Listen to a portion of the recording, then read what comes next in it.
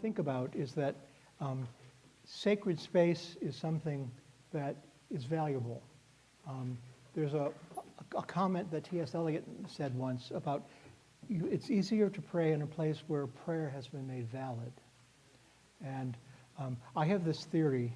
I call it the spiritual radiation theory. That the more a place is prayed in, that place begins to have an aura that comes from the prayers of all the faithful who come before. Same thing with reserving the sacrament. It's a way in which the relationship to the holy becomes more palpable and physical. And I really find that very often, and I was very pleased to see this opening the church to have people praying in times of conflict.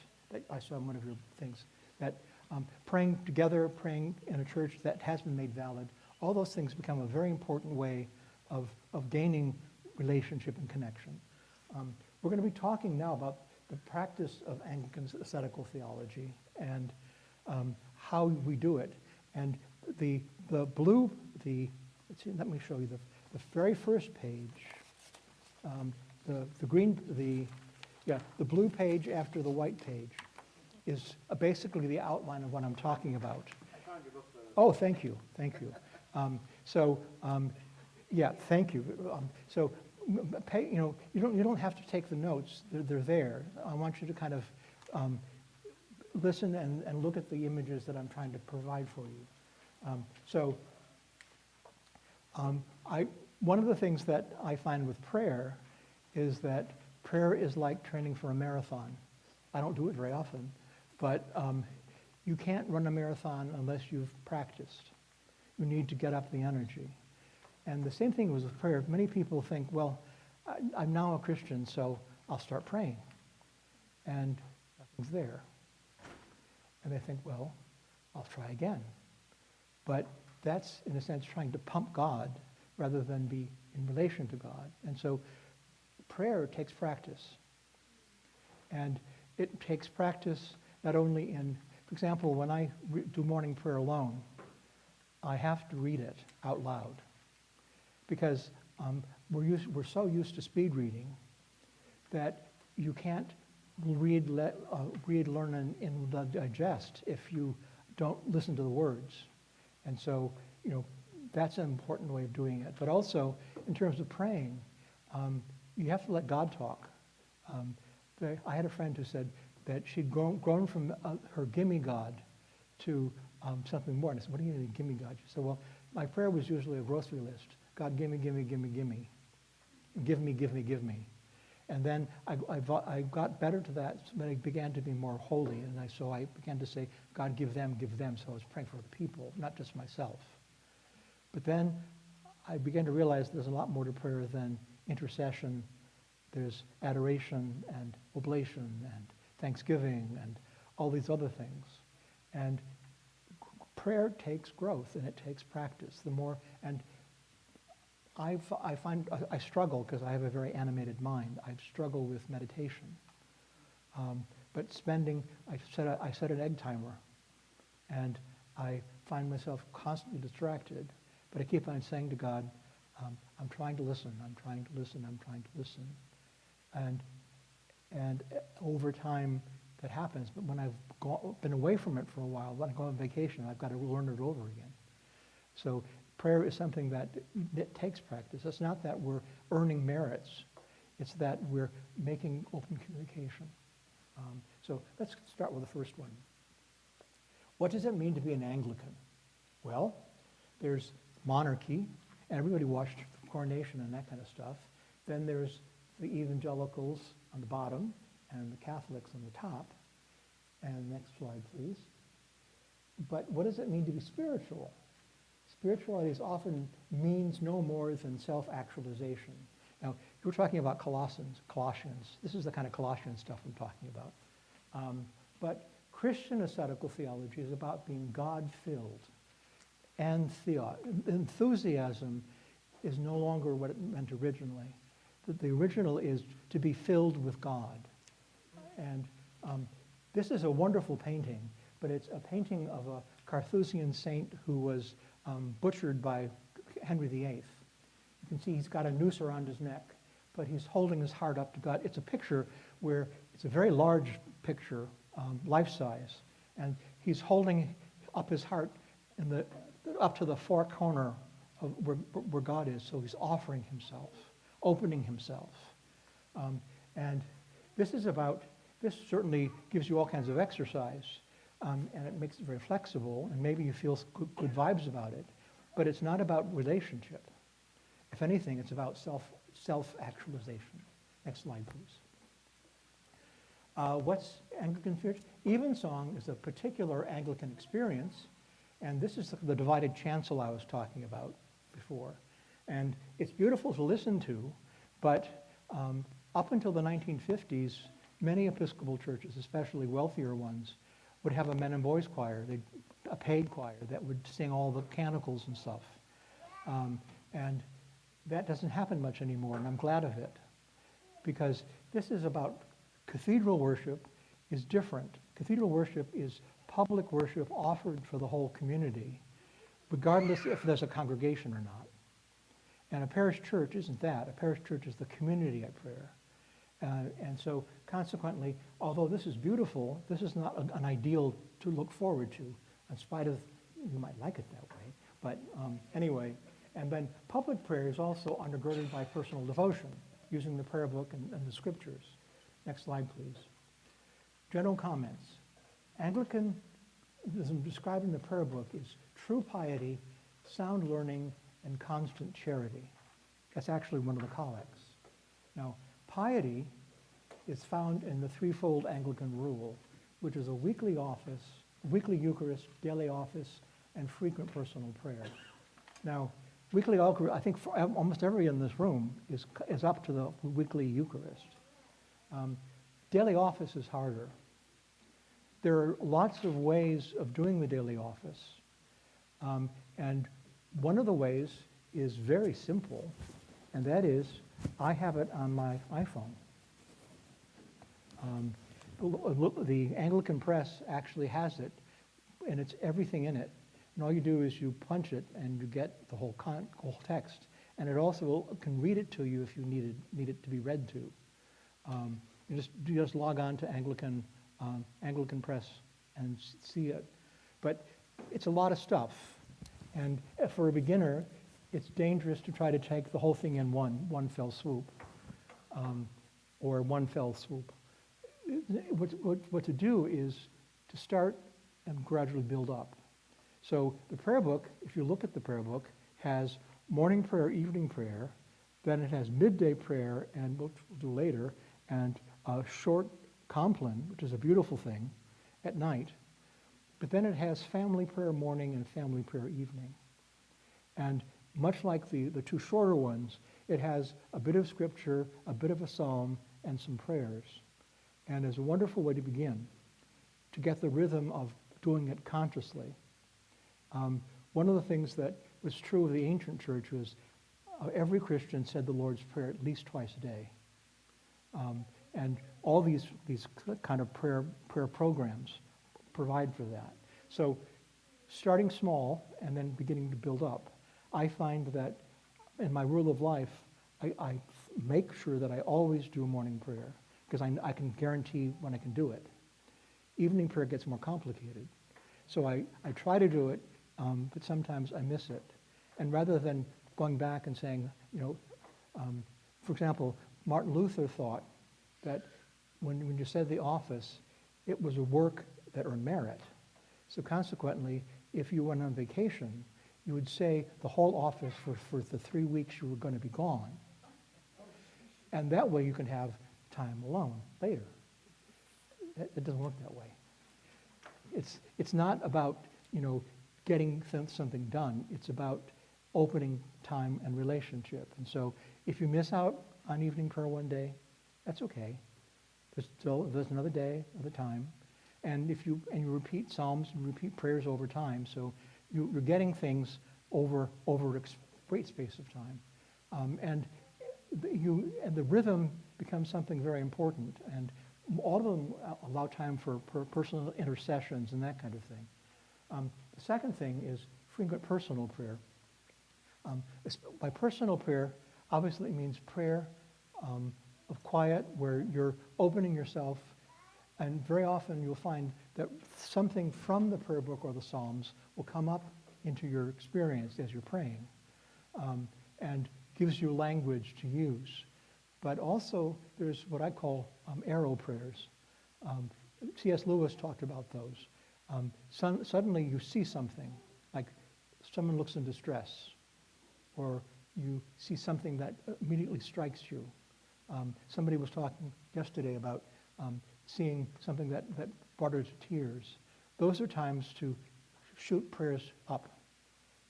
And even Underhill has a wonderful image. She said that intercessory prayer is like a telegraph wire, where God, the source of the grace, allows you to be the wire that brings that grace to a certain need or a certain individual. God can do it himself, but God encourages us as his children to act with him in having that happen. So that's the kind of concept of intercessory prayer. But frequent personal prayer is about just being open. Now, sound learning, according to Archbishop Temple, is immersion in the scriptures and sensitivity to liturgy, poetry, and art. This is something that's very typically Anglican, much more so than, for example, most Calvinists have a great fear of anything visual. Lutherans love music, but there are some churches, like the Orthodox, who don't allow musical instruments. So the poetry and art and literature can help us not only grow more deeply, but also give us extra experiences to use in our relationship to God. And then open to science and rigorous thought. We're not anti-science. We're open to the fact that God's truth is God's truth and is revealed to us. And what science discovers includes and modifies. Obviously, the problem with science is science only can see the observable. And our prayer life goes into that which is not observable. But the observable world is part of God. Nature is part of God as much as our own individual praying to God. Now, constant charity, attention to family and parish and friends. The thing that I've noticed in many churches, and especially unfortunately in Roman Catholic churches, is people go to church, there's no coffee hour, because everybody rolls in and rolls out. So there's no actual fellowship at all. Church is not just about hearing the gospel and getting communion. It's about being in communion with other people, knowing their ups and downs, sharing hopes and dreams, that sort of thing. And also being very aware of the physical and emotional needs of others. Then responsibility toward government. We talked about that earlier. Next slide, please. And Anglicanism is the result of 1,500 years of experience. It's grounded in the New Testament church, the experience of the Desert Fathers and earliest ascetics.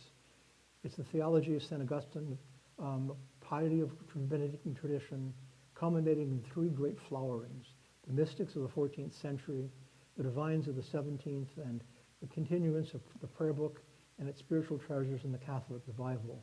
All those things are a part of who we are as Anglicans.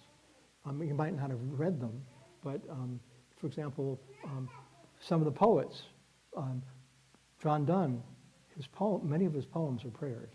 George Herbert, some of the great poets in English are people who are deeply Christian and deeply involved in prayer as meditation and prayer. Poetry as meditation and prayer.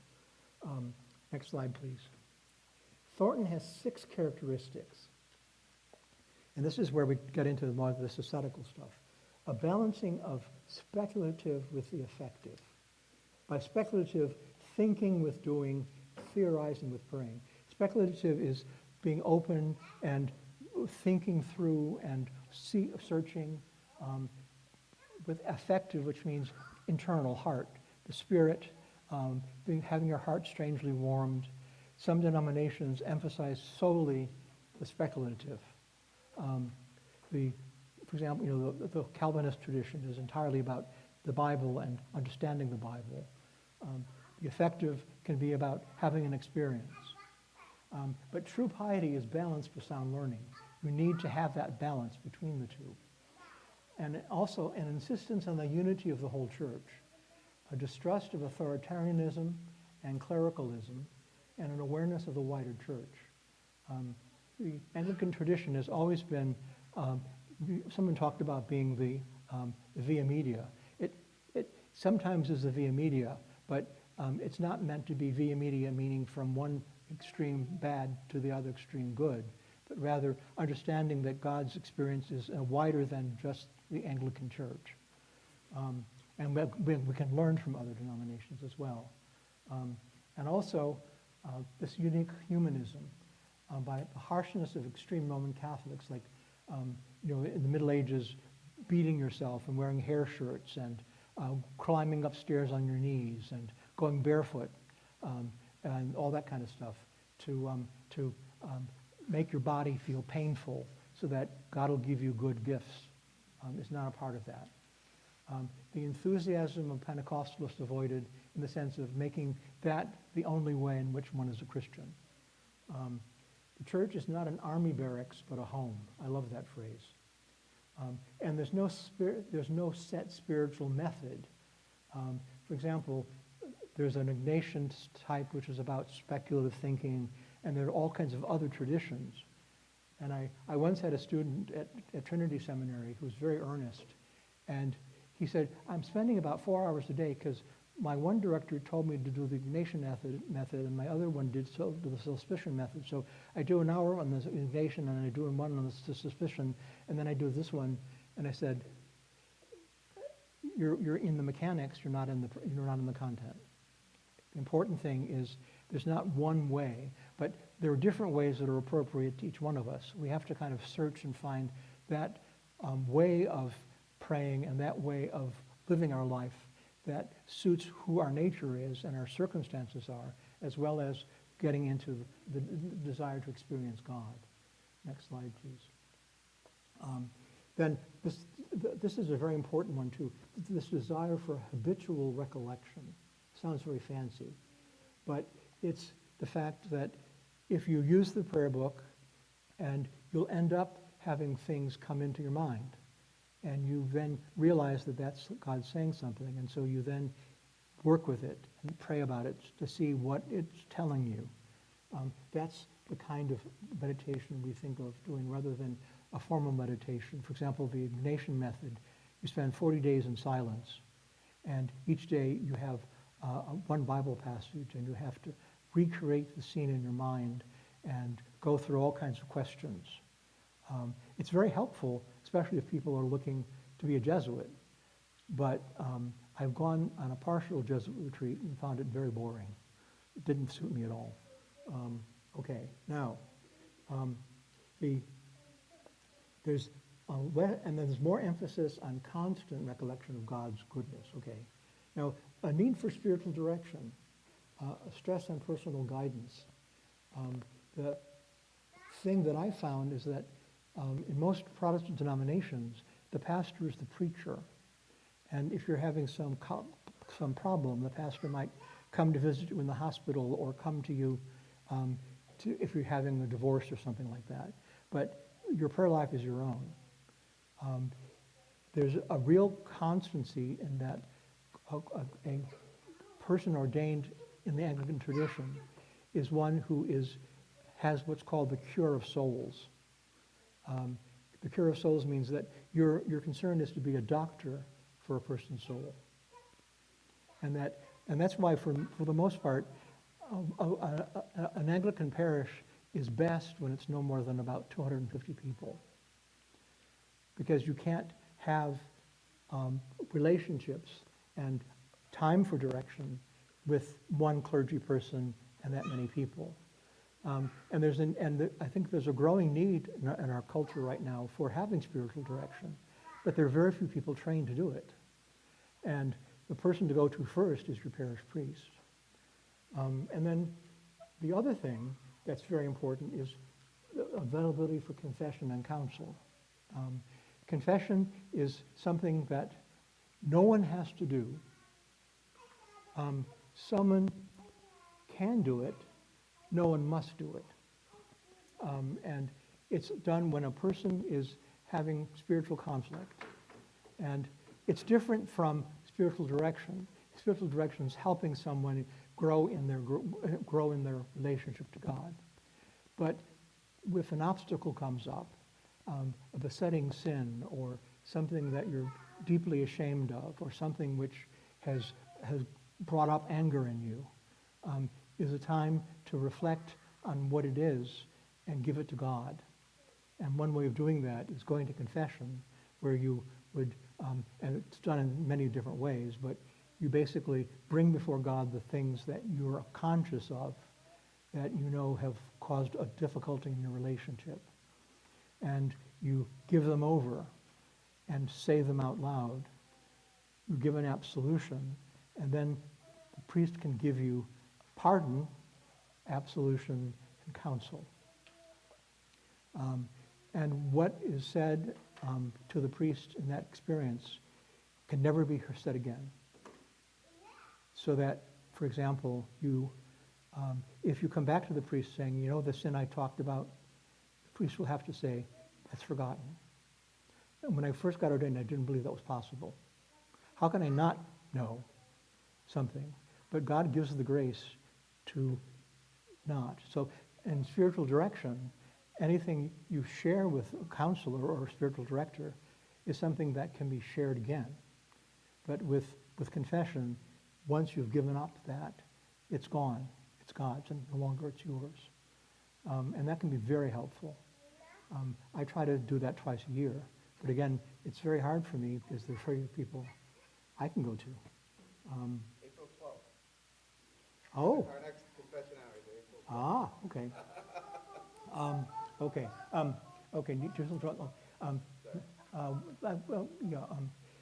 There are dangers. There's a danger that via media can become mediocrity. Danger that asceticism can replace asceticism. We Episcopalians love the beauty of holiness, but they oftentimes like even more the holiness of beauty. I was telling Father Sean that Baptists are wonderful at giving money for missions. Episcopalians are wonderful for giving memorials that have their name on them. To the greater glory of my family and in memory of Jesus, I give this window. That's not what the beauty of holiness is about. And a danger that individual attention can become an ego trip. And one of the things about spiritual direction, it's not about self-affirmation. It's not you going to be made to be the more. And when I just finished a book talking about one of the real problems right now with especially some of the people who are in their 20s and 30s in a culture that's so polarized, that so emphasizes the idea that you must be your true self. In a culture where nothing is true anymore. And and people trying to change their sex or trying to do all kinds of things because they want to be their true selves, but they don't know what their true selves is. Your true self is you're a child of God in the image of God, and counsel can help you with that and learning that. But if it becomes an ego trip, then it's a blockage rather than really a growth in God. And sometimes I'll tell a directee that I think we've gone as far as we can go, or I don't think I'm helping you because it's all about you. It's not about God. It's a Godward thing, not about feeling good. Next slide, please. Now, methods. Take public and private worship as a serious duty. Own a prayer book and Bible and use them. Accept the rhythm of the church year and plan family experiences around them, like the Advent wreath, the daily Bible readings, those kinds of things. And table graces is a wonderful thing to just begin each meal. In restaurants, I don't go into kind of a pharisaical thing and start praying and crossing myself, but we usually say some kind of thing when we're in a restaurant. But at home, we use it as a prayer time. to say a grace, but then also share something about, or have a bit of prayer before we start the meal. And having an Advent wreath with scripture. We once tried Lent with a concept of chains. We had a chain for every day of Lent with a sin on it, and we break a chain for that sin till we got to the end. That didn't work too well. So you're saying don't use it? Yeah. It might be better for some people who are better at it than I am. Okay. Then take Sabbath seriously. And if you're a clergy person, find another day of the week. Because since clergy only work on Sundays, Never heard that joke.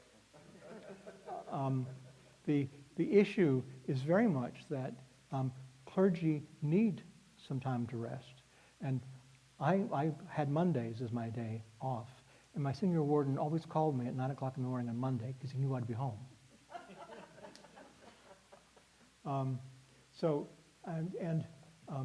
Obviously with families, you can't do the Puritans just make everybody sit down the whole Sunday and do nothing.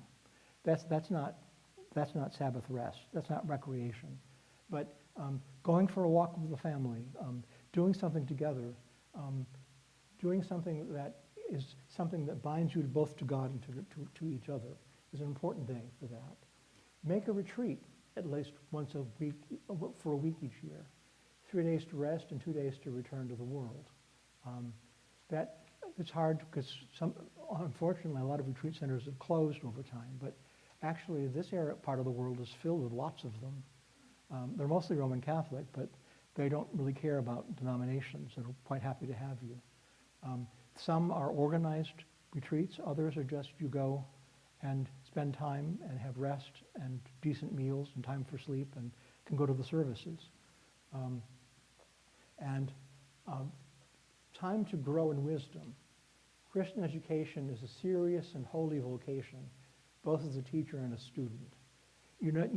Sunday school isn't the end of education. Catechesis is a lifelong calling. And adult classes is as important as kids' classes. And learning things and acquiring things and having an ability to go deeper into Scripture, all those kinds of things come from interaction. Using diocesan conferences and meetings, determine what you need and interest others in your topic. Organize serious study programs for yourself. Bible reading fellowship. Thornton's spiritual bibliography. Martin Thornton in his book has a whole list of things you could read over time. I can give you a list like that as well. Next slide, please. Accept responsibility for the needs of others.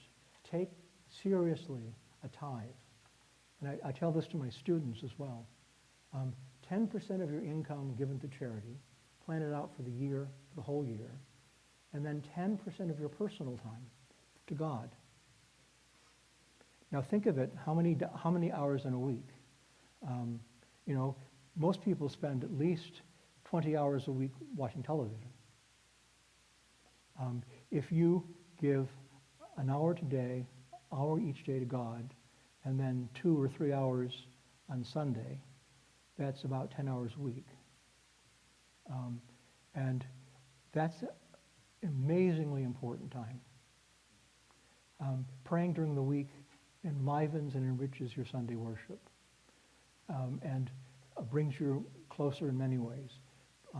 Bible readings ahead of time for the sermon. That's a way of working through things like that. Be involved in at least one church or community service project and see Christian hospitality as an important privilege. Last night, one of the couples asked if I had a place to stay for the night. I thought that was a great gesture. I was provided with one, but the idea that couple was concerned about me enough to know that I wasn't driving 2 hours back to Columbus for the night.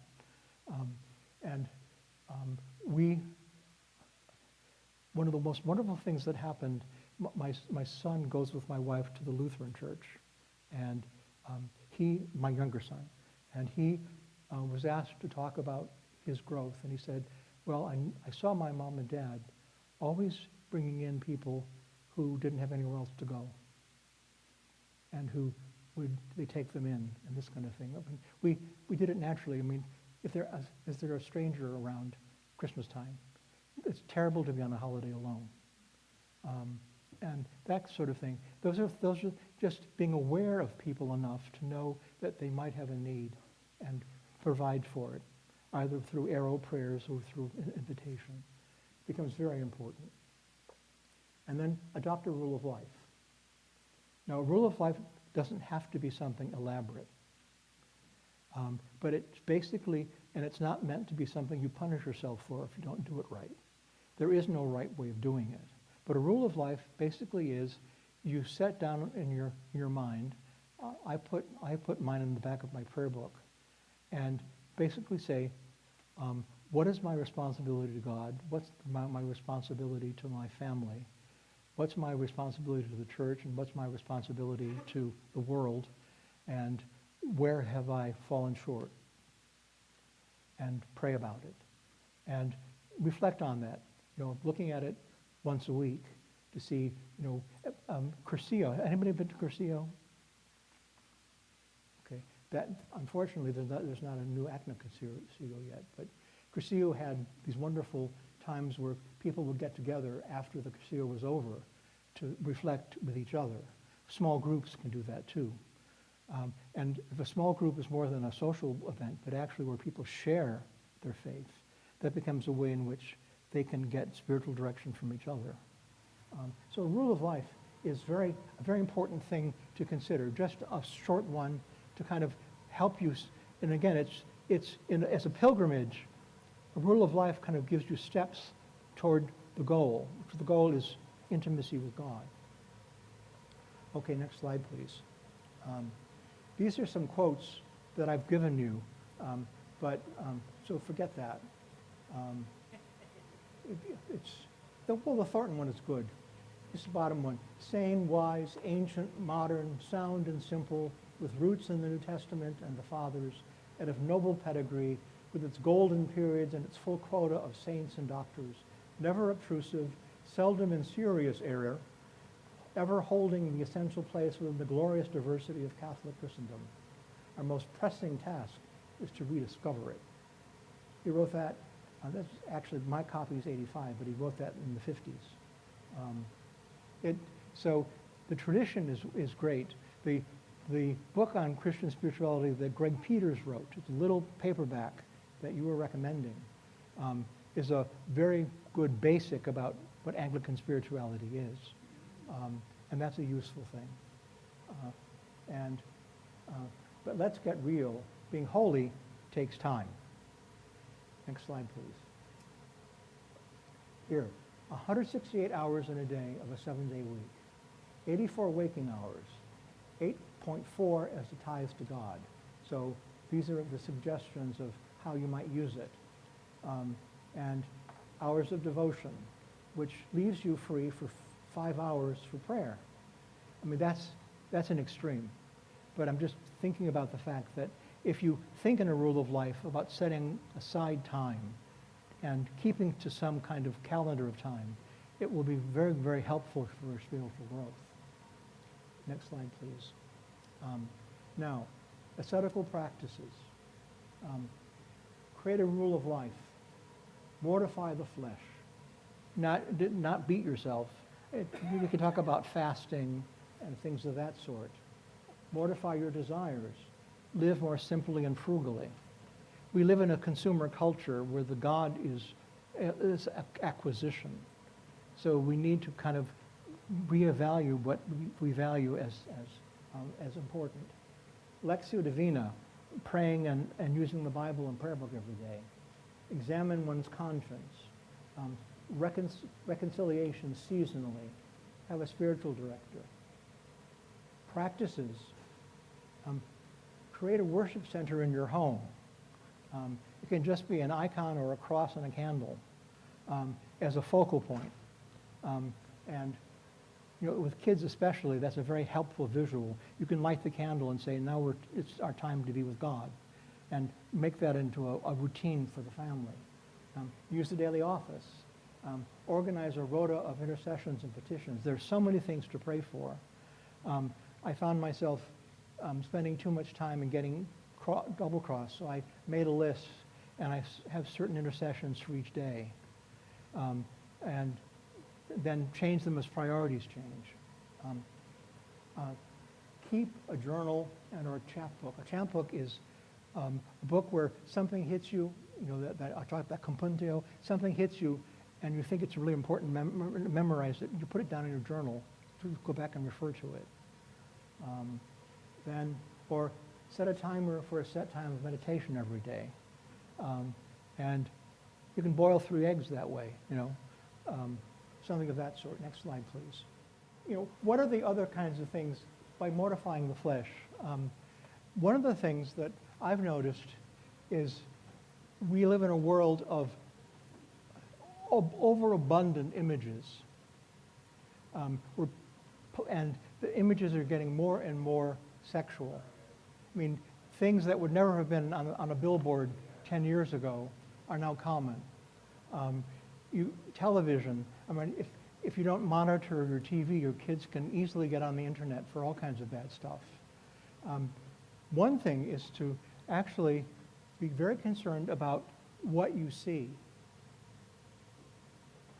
And by that I mean, there are things that are beautiful and holy and good that should be looked at. Nature by itself is something beautiful and holy. And taking ourselves away from video screens. I was trying to do confirmation class for my son's teenagers, and everybody had their iPhone. I had to take the iPhones away from them because they were just obsessed with having the iPhones. And I find I sometimes do much the same when I'm looking at the news or something. So, having a careful maintenance of the eyes. Same thing with sounds. We live in a world where there's no silence. You get Muzak in the elevator when you're calling the doctor and the doctor never answers on time because you always have to call back. And the waiting period will always have some jingle going on. So, and people and stores have Muzak. So it's and a lot of churches have Muzak. So it's very hard to have silence. And silence can be frightening for many people because if you're empty inside, silence makes you aware of that emptiness. And so having a time when you actually, during the day, when you shut things off and minimize the time you spend being constantly bombarded by images and sounds, and not always have background music. Have time for silence so that you can focus. Becomes very important and very uplifting in many ways. Those are kind of mortifications as well.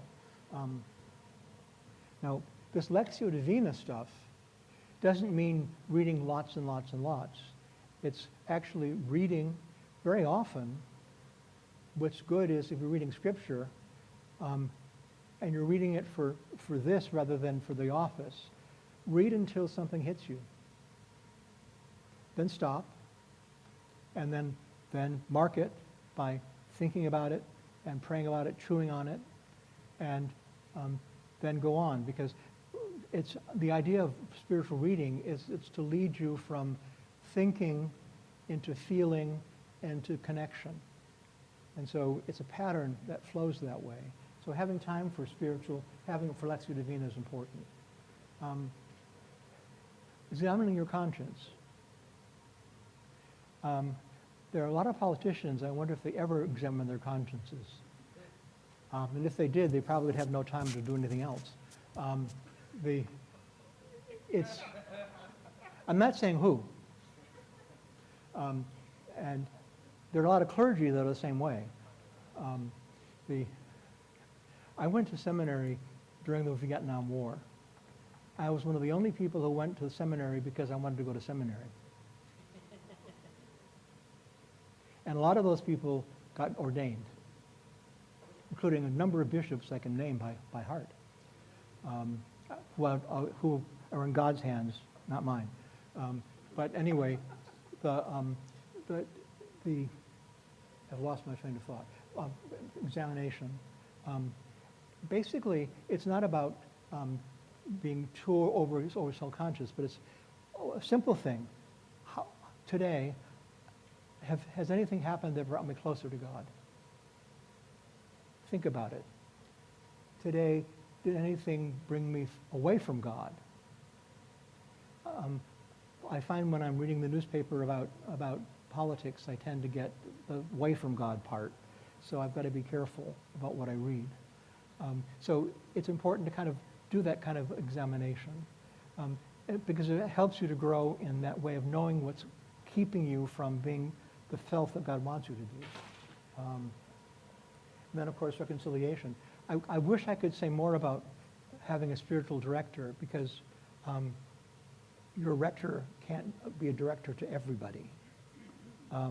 And what would be a very wonderful thing is that we can build a body of lay spiritual directors who are people trained enough that they can be able to wisely help other Christians to grow in their spiritual faith. When I was in seminary, there were no courses in spiritual direction except in Roman Catholic places. Protestants didn't even know the word. And no one had classes in spirituality. Nashotah House was the only seminary I knew that actually had a course in spirituality. So that's something that is a problem for many because many people don't have any idea what to do. So well, I'm going to be working as much as I can to help that in the diocese, to find people who can be trained as spiritual directors, because I think there's a real need for them. Other things that are on here to question.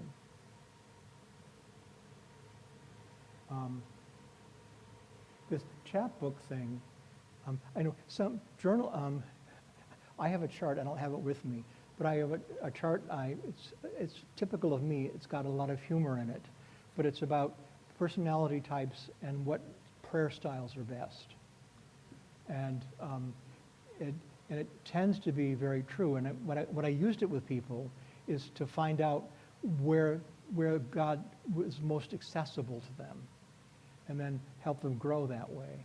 And there are several books. There's a series of books that are called Prayer and Personality that kind of deal with that kind of subject. And that can be a very important way of looking into it. Many marriage counselors use books that talk something about those issues of how a different spouse is from another spouse. And they can be helpful in spiritual direction as well. Okay, other things. Yes, ma'am. So I think a lot of the practices you have here are more personal devotions, I guess, or personal focus. I think one thing that I've struggled with is that there's a lot of work that goes into planting a church and building a church and growing a church. So how do you balance, I guess, maybe the more practical needs of a church and serving God in that way, and still having the mental space to serve God or to glorify God in your personal No, life? it's a very good question. I think one of it is that, and this doesn't happen often, I've found, when you have a work group, start with prayer. I mean, praying, what I didn't talk about is group prayer. There's obviously public prayer in church, but small group prayer becomes very important. Having soul friends and being able to pray together. But when you have a work program or do something for the church, start with a bit of prayer. I made my vestry have evening prayer before we went and did the vestry, because you have to focus. Because getting the business done is better done if you're in God's hands rather than without. So those are the kinds. I think a lot of that kind of interpersonal prayer and putting together work with prayer. The famous Benedictine thing is labora et orare, pray and work. And if you pray and work together, that can be a a group building as well as building the kingdom? It's a good question. Other things? Yes, ma'am. Can you express what the reconciliation seasonally means? Okay. See, seasonally means traditionally it was good to start Lent and start Epiphany or start Advent by kind of clearing the deck before you get into the season. For example, pardon? Reconciling with who? With God. The confession, Yeah, the word for there are lots of different words for what it is. In the old days, Catholics called it penance, and that focused on the bad things and punishment. Then there was the word, what was the other word? Confession. That was about saying things. Reconciliation is now the popular word among Roman Catholics and Anglicans because it emphasizes that it's not about the works, it's about you and your relationship to God and reconciling the distances between you and God. So it's basically about going to confession with a priest. Okay, that's what reconciliation is. The problem is that for Roman Catholics before Vatican II, you couldn't take communion unless you'd gone to confession the day before. Now, everybody goes to communion and no one goes to confession among Catholics. Confession is not something you have to do all the time, but it's basically, that's why I said no one must, some should, and it's occasions when you feel burdened is a good time to consider that. It's not something you have to do mechanically. That makes sense? Yeah. The prayer book is always allowed for that. Even in the 1662, it said that if a person had a troubled spirit, they should seek out a godly and, there's another word for it, a godly and discreet person to talk to. Yeah, sir. I kind of wanted to piggyback on that question. With the reconciliation seasonality, could you explain why the section on confession with a priest is Yeah. not healing? Oh, yes. Because Christians, this is ancient. You have a mind, body, and a spirit. And they all interact. And in our society where we think everything is material, the way to make people better is giving them a pill. But doctors have learned that you need a bedside manner as well, because it's not just about the body. It's about other things. And what people can get sick because of spiritual dis-ease. People can, so that the end result is, the healing part of it is that there are three different ways there. It's for people visiting the sick. Then it's for healing with unction. And then it's, if they wish to, then also hear confession as one kind of thing. But they can be done separately. It's all part of one, but they're all about healing, all three. When I was in England, the church I served actually was in central London, and we had confession available 3 times a day, every day of the year. And it was a great learning experience in all kinds of ways. But and it's amazing to see what happens. And even if the priest is prayerful, it's amazing what comes out of the mouth of a priest sometimes that they can't even believe they said, in the good sense. This is one other bad joke. About discretion. The joke is that there was a Catholic priest who had just gotten ordained, and one of his best friends came and was very excited about it. And the friend came back for his 25th anniversary and said to everybody in the room, I was his very first confession. And there was silence in the room. because the priest had told another priest about the fact that he'd said that he'd confessed that he'd had intercourse with an elephant. And I didn't find that believable. But then I actually had a student who was a policeman who said, well, not an elephant, but I had somebody who tried intercourse with a giraffe. But what I'm pointing to is the seal must be complete. As a matter of fact, a priest can be excommunicated if a priest breaks the seal. And this is getting a problem because many states now don't consider confession an absolute. And so there are actual law cases about issues of that. Ohio still does. Okay. California had a big issue about it. It is something which is a wonderful sacrament that allows a lot of spiritual growth. And it's something which is totally between you and God. The priest is only the conduit that happens. And it can be very uplifting and fulfilling.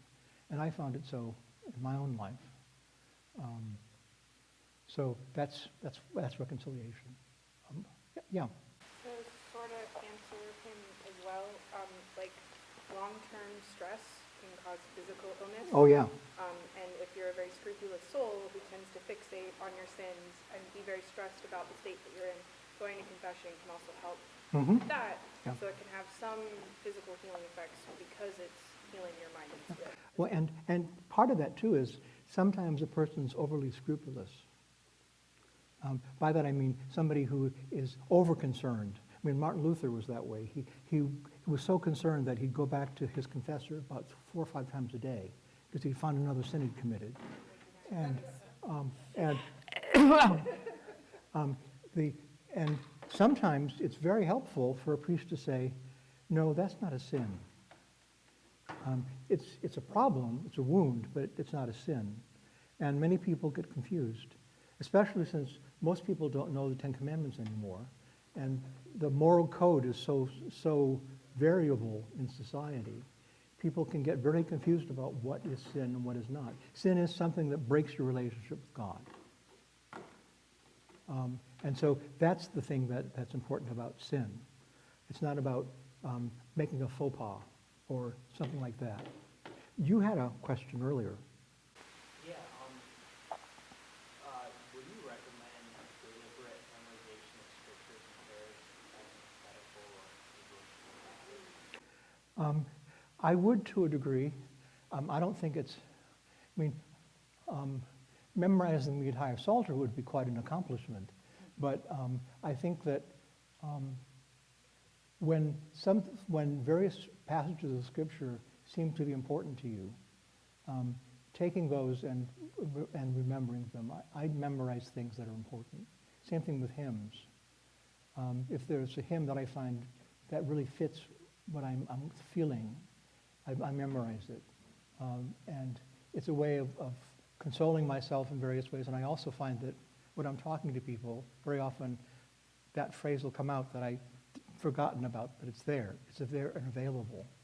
So it's like a computer. You can have the finest computer, but if it doesn't have content, it's worthless.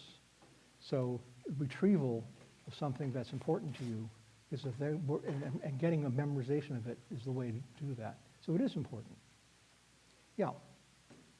I'm looking at that mortification of the flesh, and I'm thinking of the way that there are many, myself included, who come to Anglicanism because it's not mushy about absolutes. We're to say there are, in the evangelical world where I came from, we were mushy about many things. The only absolute thing was political affiliation. Other than that, just do what you will, and that's fine. What absolutes can you give, or what? More than just, I hear a lot of from others saying, don't go too far. Don't mortify the flesh so much so that you are walking on a bed of nails. What things can you suggest other than As Jesus said to the rich young ruler, who asked that same question, how far you go,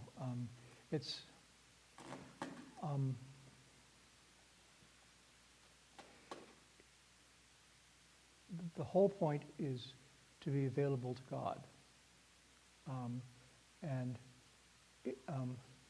to be available to God means that anything that can deflect us from that relationship. I'll give you a personal experience. When I was in college, I went to New York City for a weekend, and I'd always wondered what a porn shop looked like. And of course, I'm of the age that was forbidden. You didn't see porn anywhere. So I walked in, and the music was playing Amazing Grace on bagpipes. And I turned around and walked out.